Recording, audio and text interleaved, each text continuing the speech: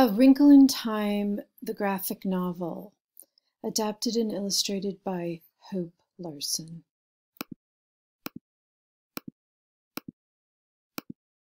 Chapter 1. Mrs. Whatsit.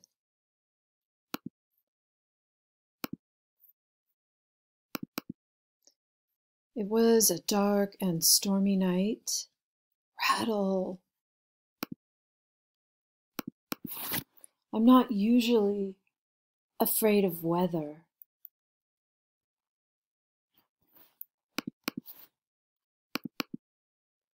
It's the weather on top of everything else. On top of me.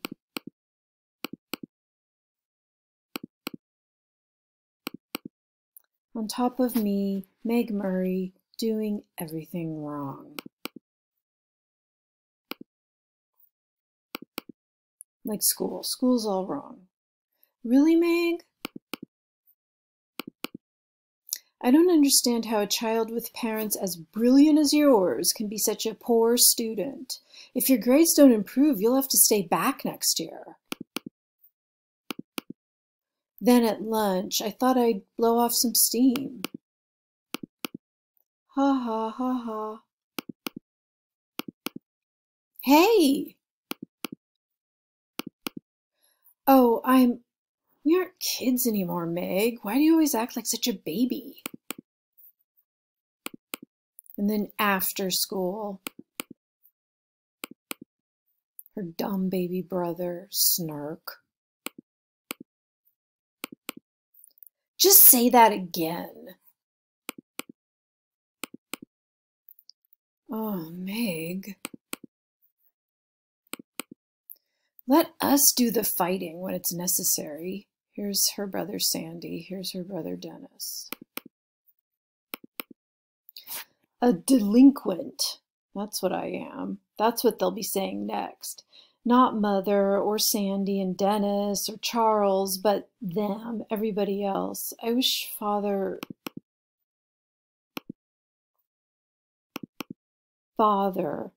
Only Mother can talk about him in a natural way. Only Mother can say things like, when your father gets back. But back from where? And when? Rattle, rattle. Woo-hoo. Sigh. Yawn. Zzz. Everyone's asleep. Everyone but me. Even Charles Wallace, who can always tell when I thought you'd be awake. He's asleep too. Even though there were hurricane warnings all day on the radio, and at any moment, rattle, rattle. Ah!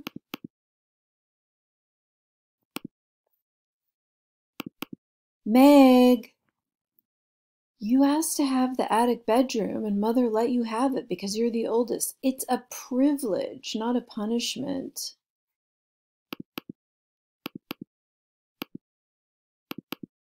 Not during a hurricane, it isn't a privilege.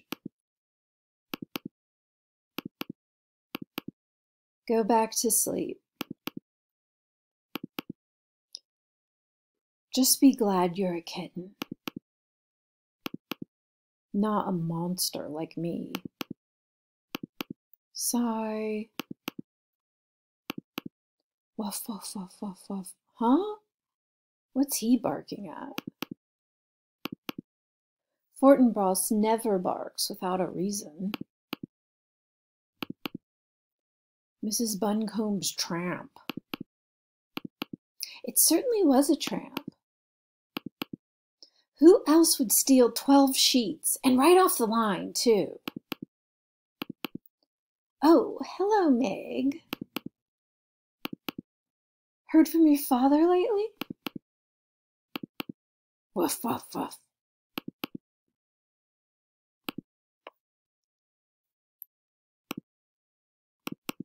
Ruff, ruff, ruff.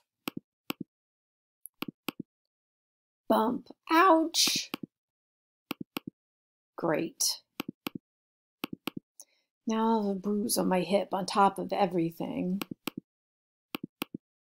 else. Why must everything happen to me? Wuff, wuff, wuff. Wuff, wuff. Zzz, foul ball, Dennis.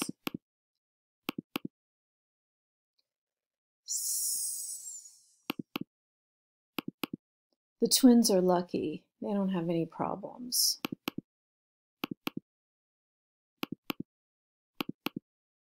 Creaking seventh step. Fortinbras stopped barking. It must not be the tramp. But suppose it is. Suppose he has a knife. No one lives near enough to hear if we screamed and screamed and screamed. Nobody'd care anyhow. Oh well. I'll make myself some cocoa. That'll cheer me up. And if the roof blows off, at least I won't go with it. Hi. I've been waiting for you.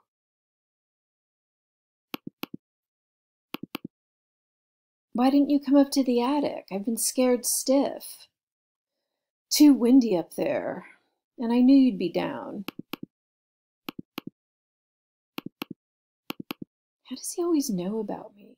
He knows things about Mother, too, but never Dennis or Sandy.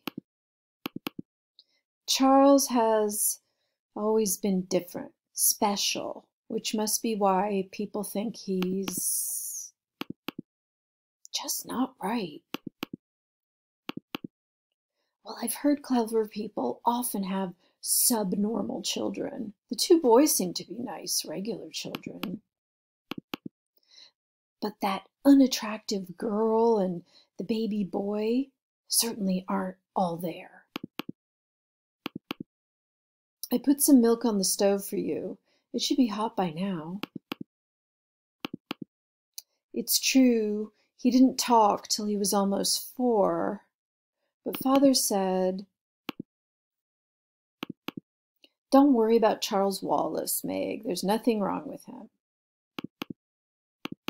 Oh, he just does things in his own way and in his own time. I don't want him to grow up dumb like me. Oh, darling, you're not dumb. You're like Charles. You do things your own way at your own pace. It just doesn't seem to happen to be the usual pace. How do you know? How do you know I'm not dumb? Isn't it just because you love me? I love you, but that's not what tells me. Mother and I have given you several tests, you know. IQ tests? Yes, some of them. Is my IQ okay? More than okay. What is it? That I won't tell you. But both you and Charles will be able to do pretty much whatever you like when you grow up.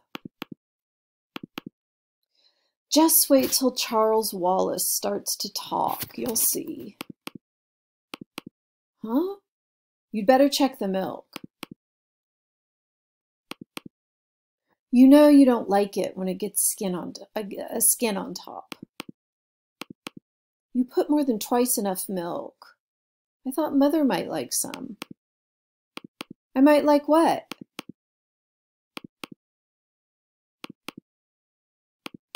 Cocoa. Would you like a liverwurst and cream cheese sandwich? I'll be happy to make you one. That would be lovely, but I can make it myself if you're busy. No trouble at all. How about you, Meg? Sandwich? Please, but not liverwurst. Do we have any tomatoes? One. All right, Meg, if I use it all right if I use it on Meg, Mother? To what better use could it be put? Meg, come let me look at that bruise. Sigh. You don't know the meaning of moderation, do you, my darling? A happy medium is something I wonder if you'll ever learn. That's a nasty bruise the Henderson boy gave you. After you'd gone to bed, his mother called to complain how badly you'd hurt him. I told her that since he's a year older and at least 25 pounds heavier than you, I was the one who ought to be complaining, but she seemed to think it was all your fault. No matter what happens, people think it's all my fault. I'm sorry I tried to fight him. It's just been an awful week. Do you know why? I hate being an oddball. It's hard on Sandy and Dennis, too. I don't know if they're really like everybody else or if they're just able to pretend they are. I try to pretend, but I'm sorry, Meglet. Maybe if Father were here, he could help you, but I don't think I can do much till you've managed to plow through some more time. Then things will be easier for you. But that isn't much help right now, is it?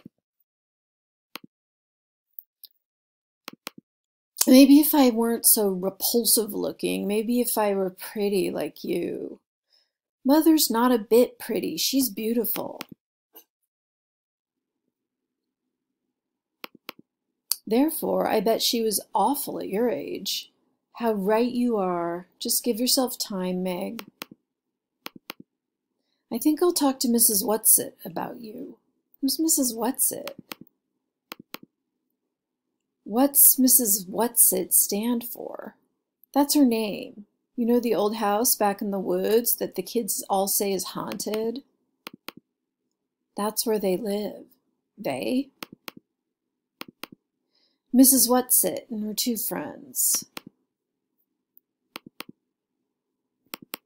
Rattle, rattle, woo. We'll lose some shingles off the roof, that's certain, but this house has stood for almost 200 years, and I think it'll last a little longer. I don't think I like this wind. But this is a hurricane. The radio kept saying, "Rrrr."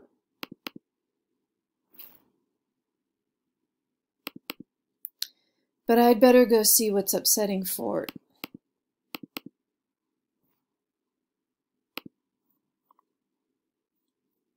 Oops.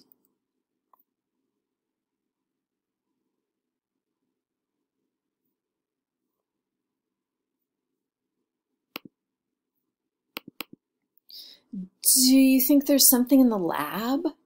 Did you leave any smelly chemicals cooking over a Bunsen burner, Mother? No.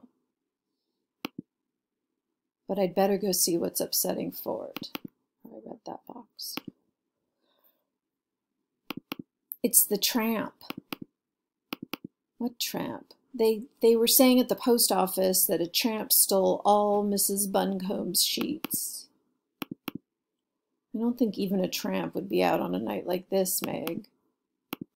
Wait! I'll go with you. No, Meg, stay with Charles and eat your sandwich. Mother can take care of herself. Kick, kick, kick.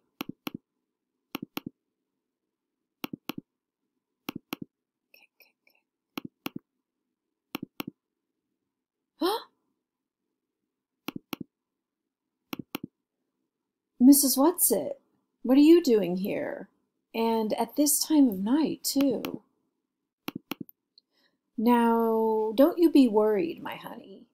Mrs. Whatsit says she lost her way.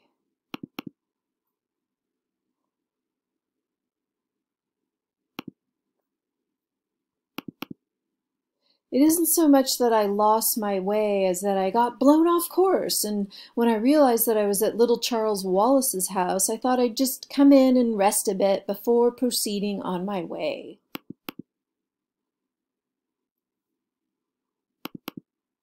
How did you know this was Charles Wallace's house? By the smell. Would you like a sandwich, Mrs. Whatsit? I've had liverwurst